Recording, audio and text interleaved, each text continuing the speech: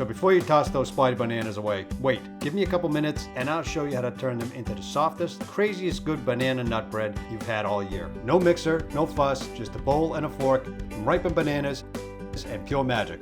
Stick around. I don't know about you guys, but when the bananas are this ripe, they're just way too sweet for my liking. But this is a perfect recipe to use them. That way you're not tossing them away. Peel these 3 or 4 bananas. I'm using a little bit more than the recipe required. You can get away with 2. I like using 3 to 4 if they're smaller bananas.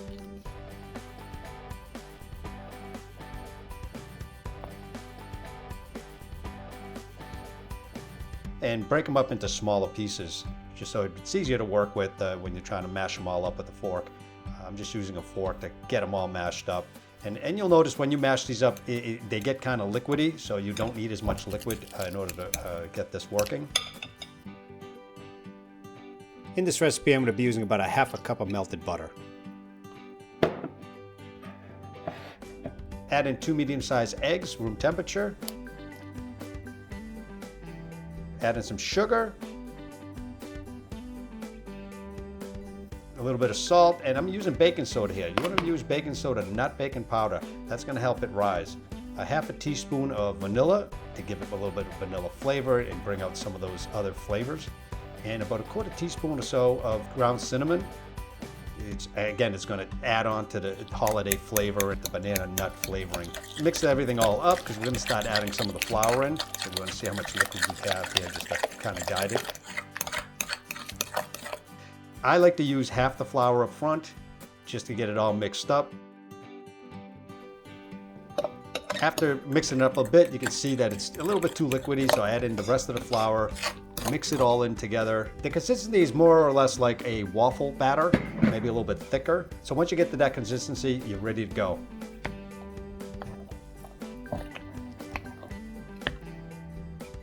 Next, I'll chop up about a half a cup's worth or more of some walnuts, some shelled walnuts. You can toast them up if you like.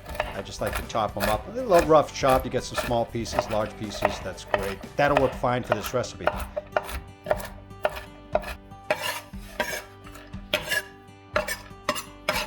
Get those into a bowl and get those aside for now so we can bring the batter back in and get the nuts into this batter bowl. So I'm going to get most of them in there. I want to save a couple of tablespoons for the top afterwards just to kind of decorate the top. Mix it all in together. And the secret ingredient that I'm using is sweetened coconut flakes. Get those in, mix those up. That way they all disperse within the batter.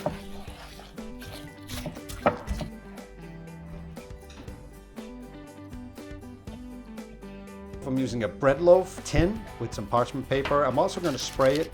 Normally it doesn't stick to the side, but I like to guarantee by adding a little bit more of the spray to help release it from the paper. So make sure I scrape everything out of the bowl. You don't want to lose any of this goodness. Make sure you get it all into the pie tin or the bread tin.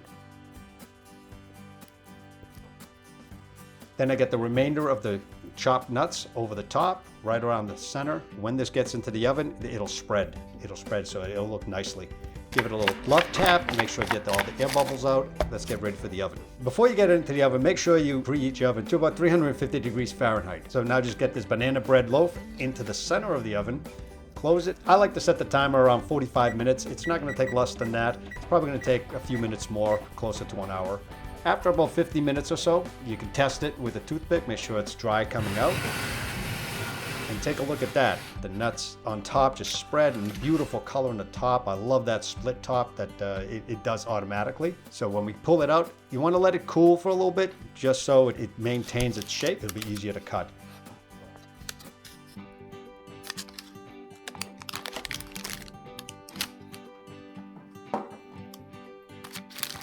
But take a look at this. Look at the color. It's beautiful. It's just beautiful all around.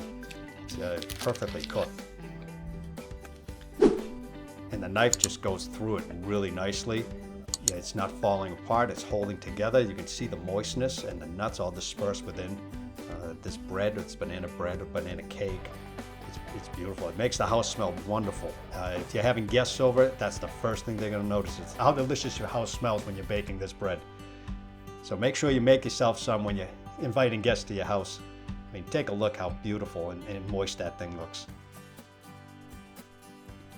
So let's prep a few pieces up so we can give it a good taste test. I'm going to take the end piece here, which I kind of like. It's a little bit drier, so it's more cakey. The center piece is a little bit more moist, but that's fine for anybody. You just warm it up a little bit of extra butter on top, and you're ready to go. I mean, look at this presentation. I mean, who wouldn't want to dig into that?